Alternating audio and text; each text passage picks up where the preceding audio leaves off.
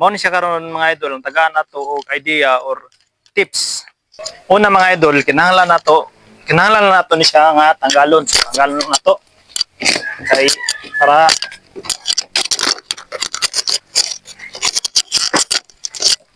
bali na gyud siya mapuslan mga idol kay parte na yung so sana kayo. Ato lang ang taning kuan og lansang mga idol pero kay gahit na nito ng lansang ato lang idasok og samot. Lami kinay idasok mga idol. So next mga idol, nganong kinahanglan na gyud nato ilabay nga pwede pa man nato mapuslan. So kinahanglan tag mga idea para ang mga butang nga nagtuo ta nga di na mapuslan dako pa daig kapuslanan o hinungdan.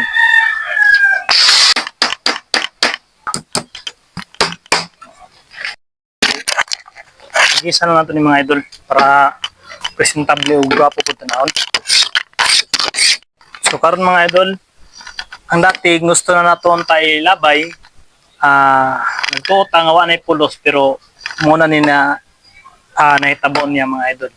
So simple ra kayo ang atong ideya mga idol sa nay mga butang nagtuot wa na jud kapuslanan pero kung ato lang tagaan siya mga idea o pamaagi mapuslan ra gyud ay. So mao na siya mga idol, tanaw mga idol.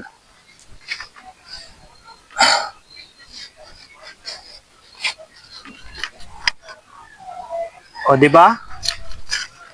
Puslan pa. So ana ra gyud parang tao mga idol. Nayuban nga tao to tagulay kapuslanan. Pero kana sila matag-usan nato nagyud tay kapuslanan na nagyud purpose ato ang Ginoo. So kana lang mga idol. So kung nagustuhan nimo ni nga video mga idol, baka pwedeng paki-like, paki-follow and like and share naman dyan. So kana lang for today's video.